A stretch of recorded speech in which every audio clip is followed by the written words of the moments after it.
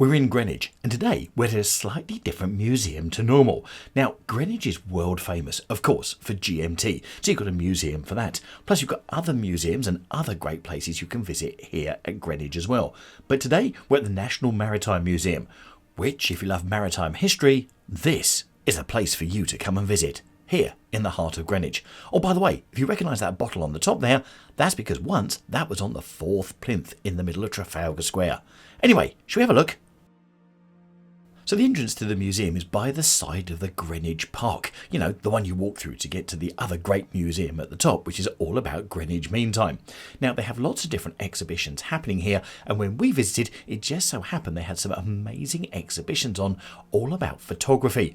And, well, as you can see here, some of the photography was absolutely amazing and how people caught it.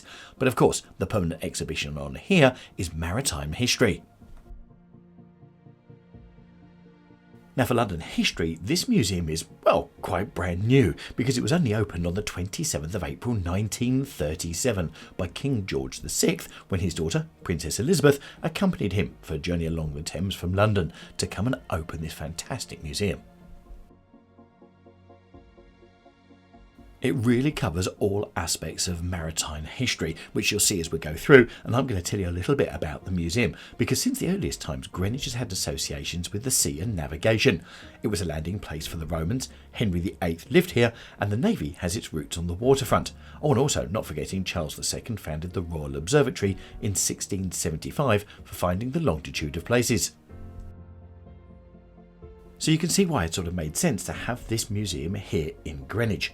And of course, it's home of the Greenwich Meantime and the Prime Meridian since 1884, and Greenwich has long been a centre for astronomical study, while navigators across the world have set their clocks according to its time of day.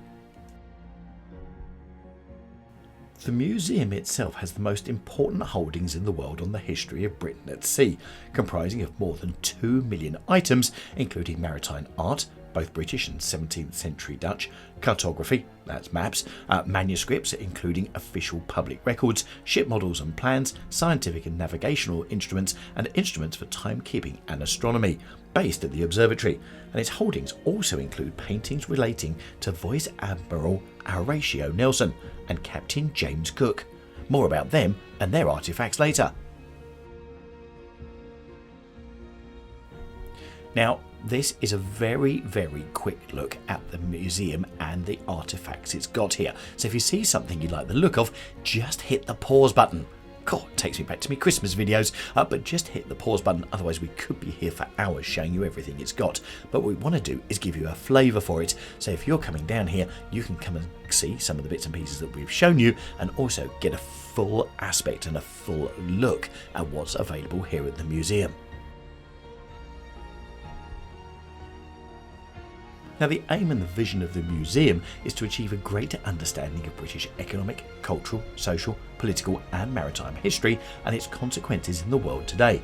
The museum pays host to various exhibitions, including the Ships and Clocks and Stars in 2014, Samuel Pepys' Plague, Fire, Revolution in 2015, and also Emma Hamilton, Seduction and Celebrity in 2016. And as I said, and as you saw right at the very beginning, they also had photos for a competition, which had also been going on recently. So it's worth coming down here to come and have a look at that, but also stick your head into the exhibition as well, because you never know what you might find.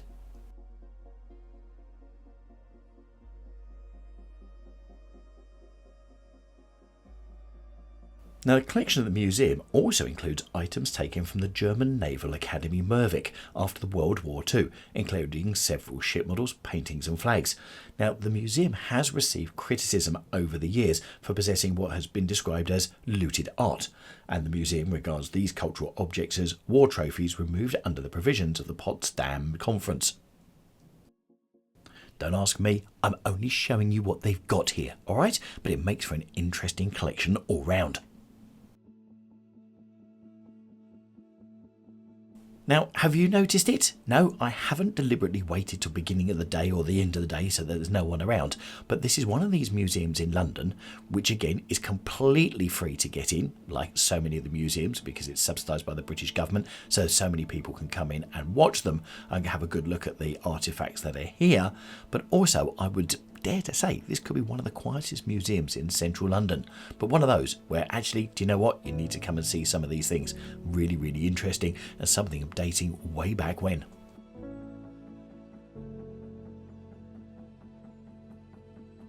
Now, let's talk about the elephant in the room, because if this is maritime history, the question's got to be, where are the bits from Titanic, RMS Titanic, which were obviously set up for auction many moons ago? Well, the National Maritime Museum got involved with other exhibitions to try to buy 5,500 items. Unfortunately, the price got extended so much that there was no chance that they could afford it.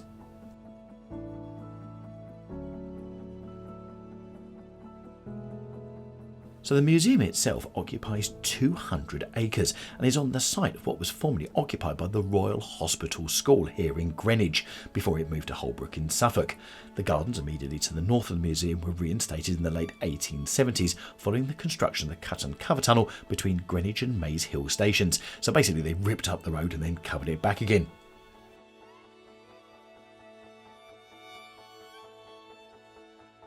The museum internally has been through quite a few redevelopments, and a full redevelopment of the main gallery centering on what was called Neptune Court, which was designed by Rick Mather Architects, was funded by the Heritage Lottery Fund and was completed back in 1999, which thankfully makes it look fantastic today. This is an area I found particularly fascinating, and it's the polar exhibitions, and these are some of the things that were used in the polar exhibitions to get to the South Pole, with some amazing photos, and also not just amazing photos but some of the original things that they took with them, such as these shoe covers.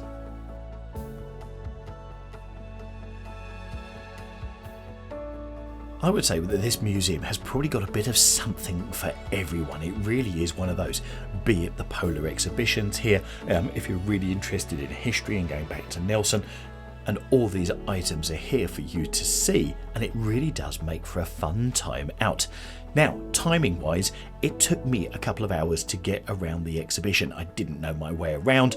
There's staircases here, there and everywhere, so it is one of those. But what you have got is you've got lots and lots of people to help you, not just to tell you about the artifacts, but also to show you around as well. Plus there's cafes and the normal gift shops, etc. here. So it is one of those places that you could come and spend a good couple of hours at, whilst, I don't know, also doing Greenwich Park and maybe going up to the observatory at the top of the hill as well.